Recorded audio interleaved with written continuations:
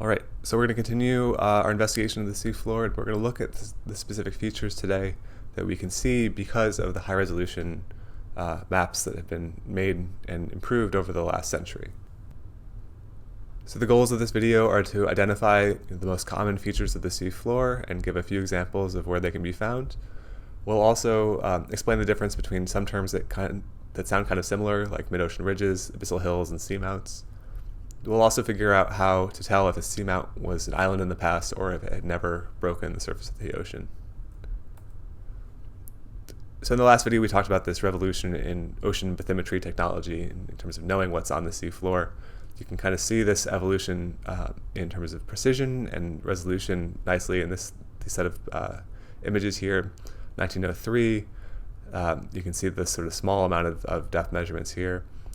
By the mid-20th century, you can see this mid-ocean ridge start to form in here, and then these features tend to sharpen and become more accurate over time as echo sounding becomes more available, and then as satellite technology comes online. We have these really high-resolution, high-accuracy images from the Atlantic and from elsewhere. So this is the world today. There are these scientific collaborations that update this ocean topography every year or so. And so this is one of the most recent versions of things. Obviously, the color coding is a bit arbitrary, and so you're sort of looking at things that are below the sea level in green to blue, and looking at things that are above sea level in darker green to this more orange color. So the feature that is probably most prominent in all of the oceans is what's called the mid-ocean ridge system. This is basically a huge mountain chain that starts over in Iceland, cuts through the North Atlantic, through the South Atlantic, through the Southern Ocean, into the Indian Ocean, splits, and some of it goes up into the Red Sea. Some of it goes, through the South Indian Ocean into the Pacific and up in the East Pacific. This is 65,000 kilometers of continuous mountain chain. And if you go from the Abyssal Hills here and measure the elevation difference, this is as tall as the Rocky Mountains are in the US, for instance, compared to sea level. So this is a huge change in ocean depth, and it's throughout the entire oceans. This is around a third of the ocean area that is part of this mid-ocean ridge system. Within the mid-ocean ridge as a whole, there's a couple of different features. One is this idea of the ridge axis. That's a central part of the mid-ocean ridges here. Those are typically found at depths of around 2,500 meters, which are over 1,000 meters taller than most of the abyssal plains, so they're much shallower than the rest of the ocean.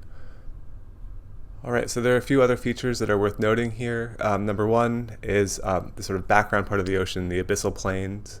These are flat, sediment-covered, featureless expanses of ocean. These are kind of like the Great Plains on land. These are still places where life is thrives despite its uniformity and its expanse. Along mid-ocean ridges, you can find what's called abyssal hills. These are evenly spaced, small sediment-covered volcanic features, and they're found near the edges of ridges. There's also whole networks of seamounts in guyots. These are volcanoes that happen off of the ridge system. They're not associated with the mid-ocean ridges. The seamounts have never come up to the seafloor before, but the guyots have and have sunk down again. You also find a whole series, number 4 here, island arcs and trenches. The Aleutian Islands are a great example here. There's a trench right before you get to the Aleutian Islands. These are connected. And then finally, you have marginal basins. Number 5 here, like the Caribbean Sea. These are areas of water that are enclosed by the formation of island arcs, like the Caribbean and the Virgin Islands. These are sort of areas where the water circulation is more restricted, and so these waters can have their own unique character and their own unique ecology compared to the open ocean at large. And then lastly, the sort of other feature to note here throughout is the continental shelves. You can see, for instance, in Northern Europe, there's a large continental shelf extending from Norway to England down to continental Europe. These are shallow features, continental crust, but still host abundant ocean life. So let's look at these features in a bit more detail. Starting with the abyssal plains, they're basically the default state of the ocean in the absence of more exciting events. Usually they're just totally covered in sediment. It's like a fine blanket.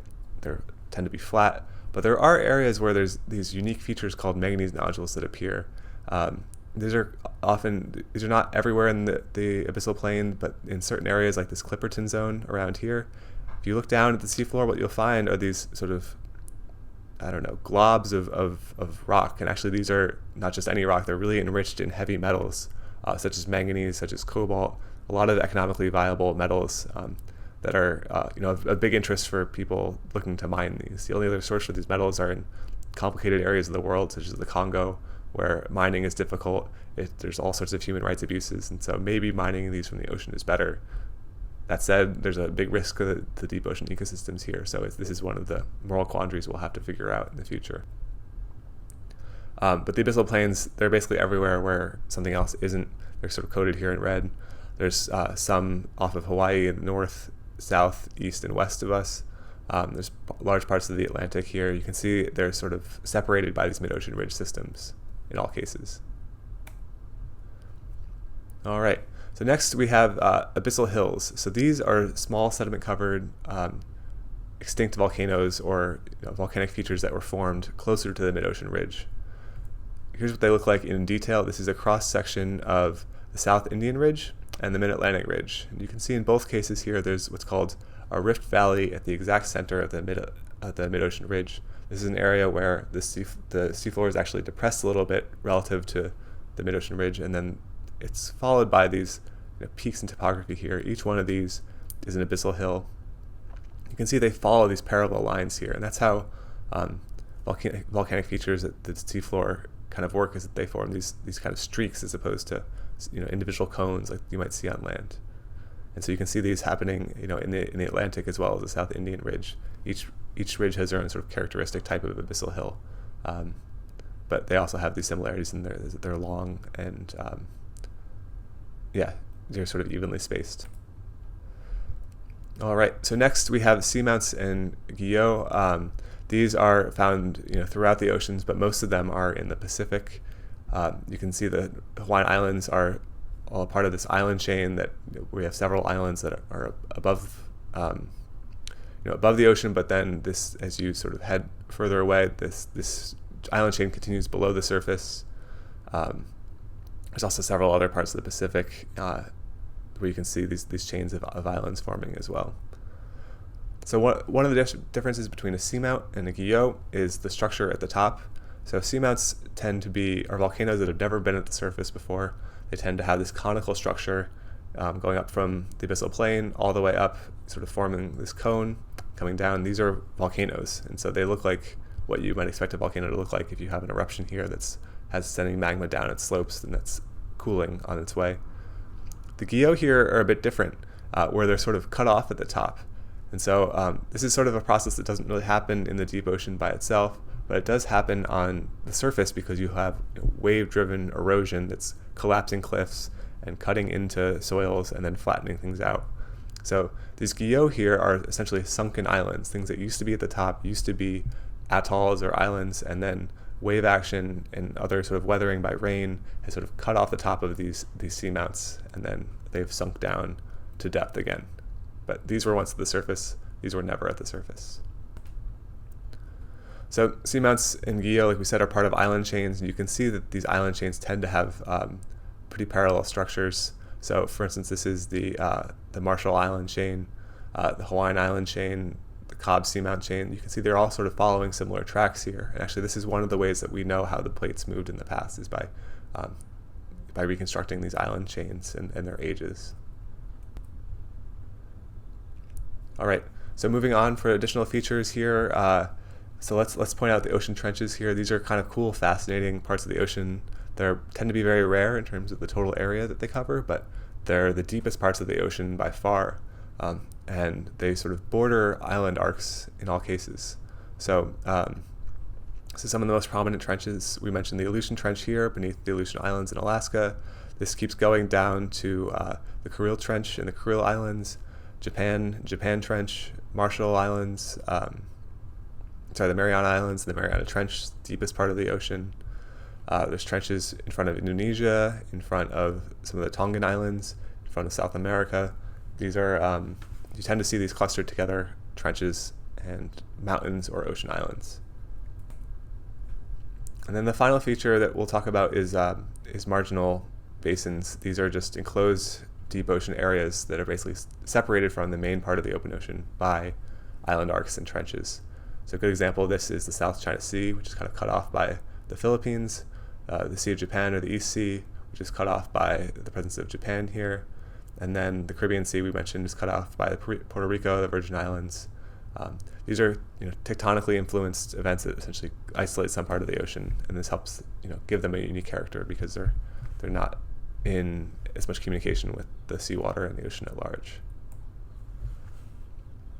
All right, and lastly, the continental shelves. These are some of the most important areas in terms of fishing on the world, and they're sort of rich hotspots of life. There's continental shelves sort of throughout the world. You can see there's a lot sort of closer to the Arctic in north of Alaska, in the Bering Sea, Northern Europe, like we mentioned before, but there's also very prominent continental shelves in Indonesia. These are areas of shallow water columns that host really unique ecosystems. They're covered in sediment, but they're actually submerged continental plates. Okay, so this video is mostly meant as a brief overview and sort of defining key terminology about how we talk about the seafloor in terms of its geologic features or geographic features. So make sure you know sort of and can identify what each of these features are and distinguish between what's the difference between a mid-ocean ridge, an abyssal hill, a seamount, etc. Also the difference between a seamount and a guyot and what that sort of describes is essential. So I would take note of that as well.